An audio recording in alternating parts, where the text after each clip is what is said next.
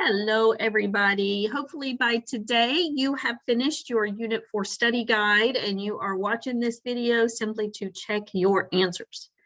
All right, so a mapping diagram looks a little bit like this. I'm just going to come up with some X values and then some output values. I don't know. It doesn't matter what the numbers are.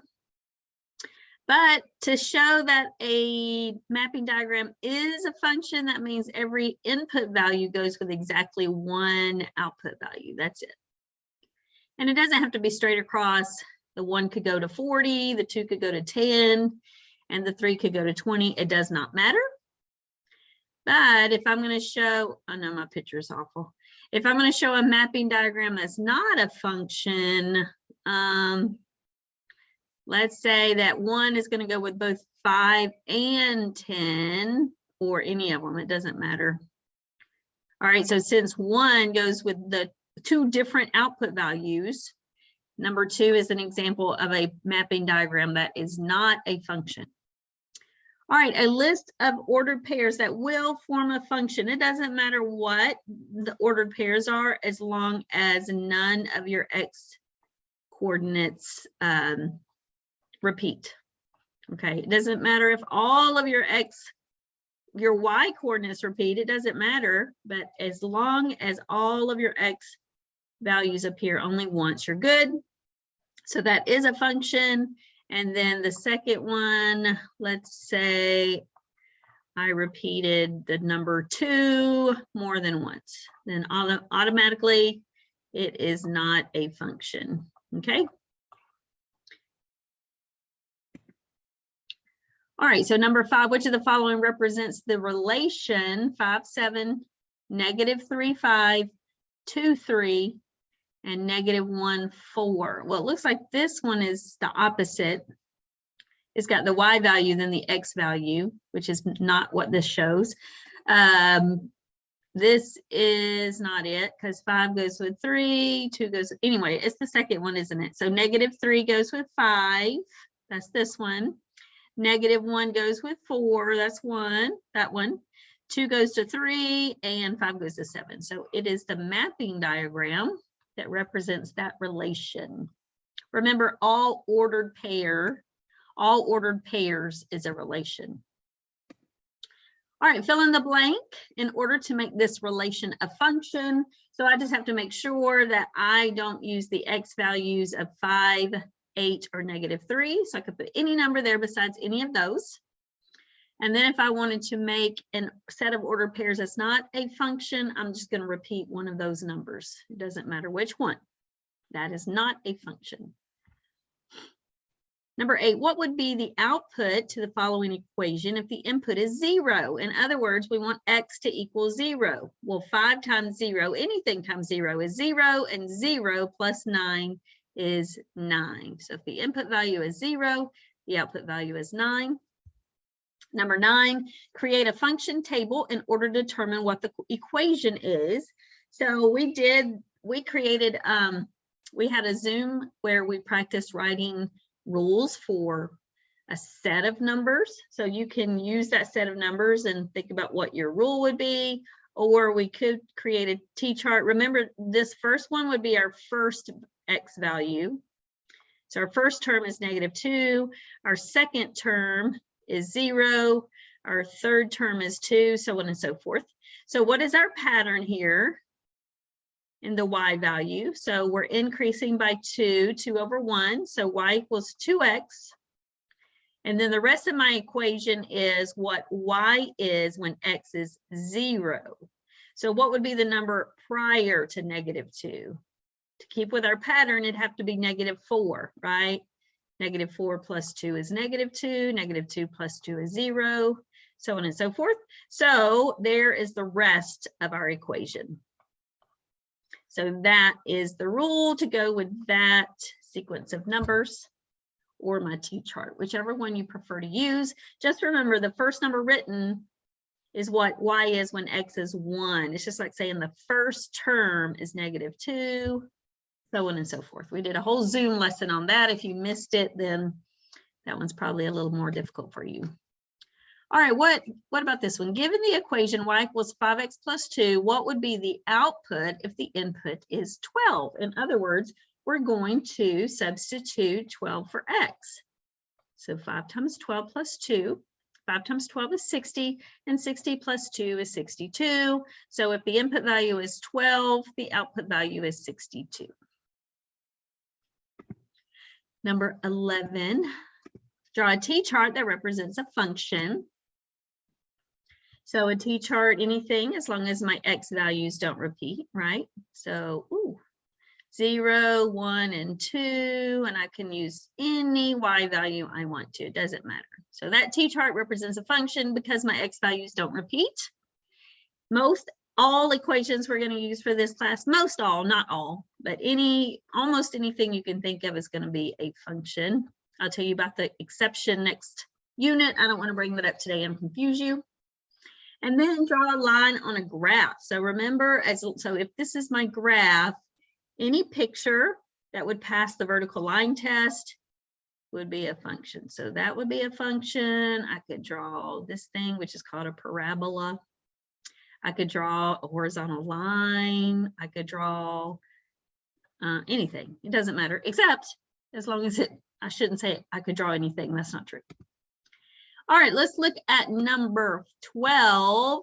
Billy and Azriel both cut grass to earn extra money, and each charges an hourly rate for a job.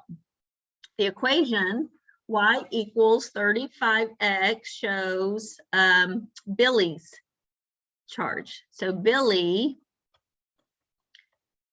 is charging basically $35 an hour, right? Or not hour, it doesn't say anything about hours, just per job. So if he did one job, he gets $35, 2 jobs, he gets $70, 3 jobs, he gets, what would that be, $105. And Azriel uses this chart. So if he cuts grass or if he has 2 jobs, he gets $60. 4 jobs is $120.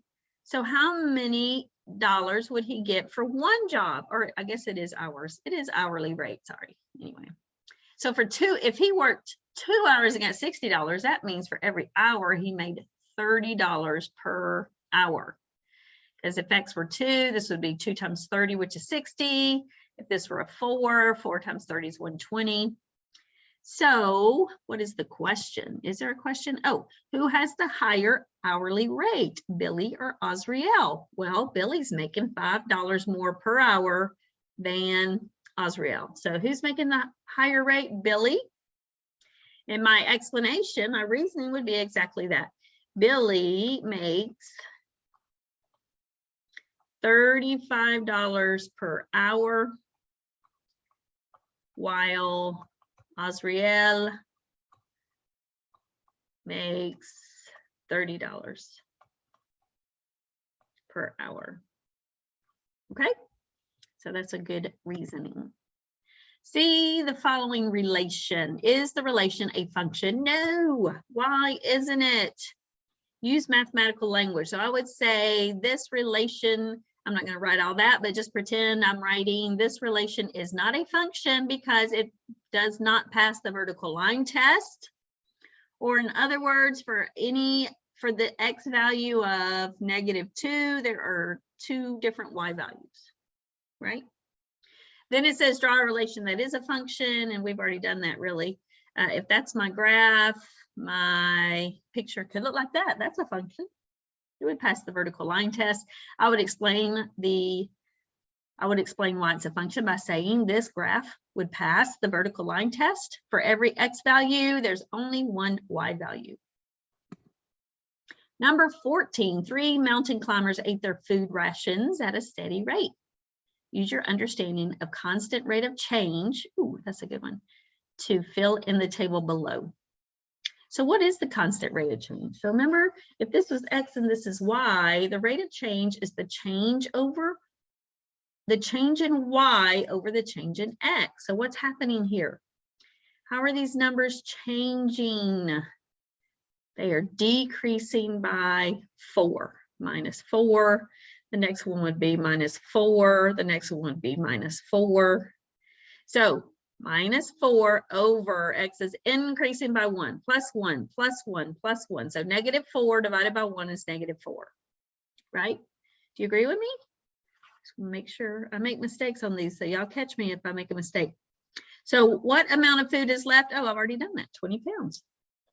20 pounds of food is left on the 5th day. After the 5th day, maybe this is the end of the day. How many days can the mountain climbers camp before they run out of food? Oh, that's a good question. All right, so let's continue our T-chart.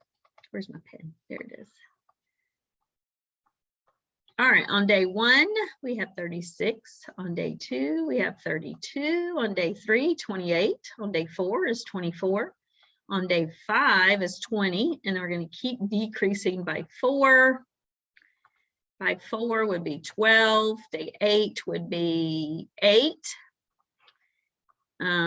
Day 9 would be 4 pounds of food, and on day 10 we would run out of food. There's 0. How many days? Explain how you know using calculations.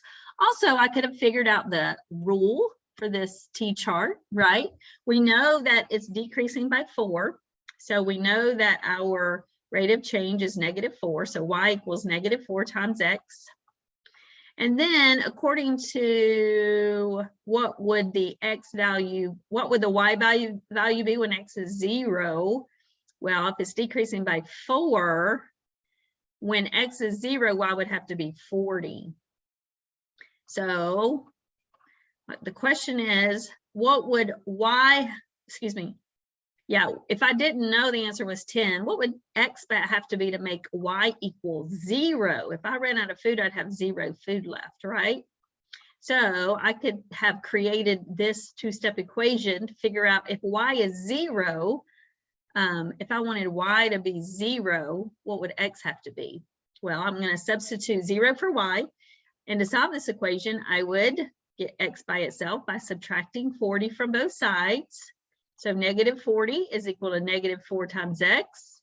And then to divide, to get rid of times -4, I would divide both sides by -4, and I would find out that x has to be 10. And so that is a good way to show how I knew when they would run out of food. Without making a T-chart, I could have used the rule for this T-chart and figured out what x is when y is 0. That was a little complicated, but some of you got it. I know you did. All right, guys, I hope that helped. This is not going to be your hardest test for sure. Finding, figuring out when you have a function shouldn't be too difficult. I know that you guys most of you are doing great with this unit. So anyway, I hope you take advantage of this easy unit by doing great on your test. And if you need me anytime before your test, let me know. Y'all have a great day.